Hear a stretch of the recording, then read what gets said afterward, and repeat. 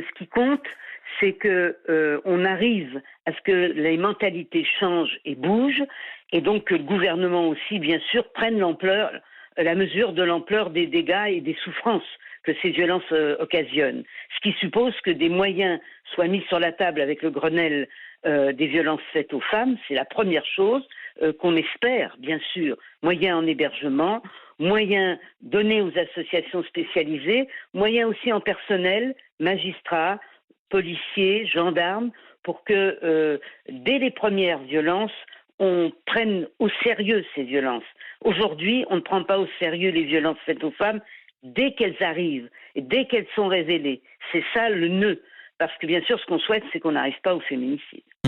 On disait prise de conscience nécessaire dans les commissariats. Je me souviens de Muriel Robin qui était sur Europe 1 il y a quelques semaines et qui disait les policiers ne prennent pas au sérieux les témoignages. Qu'est-ce qu'il faut faire pour que les choses s'améliorent à votre avis ?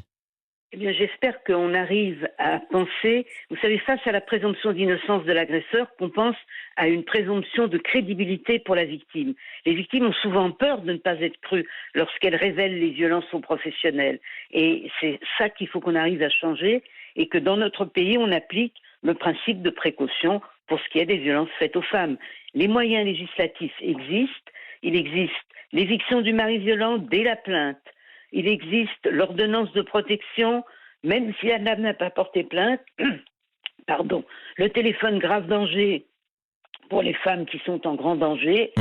Donc il existe des moyens. Ce qu'il faut, c'est les mettre en œuvre. Et maintenant, il faut évaluer les politiques publiques de manière sérieuse.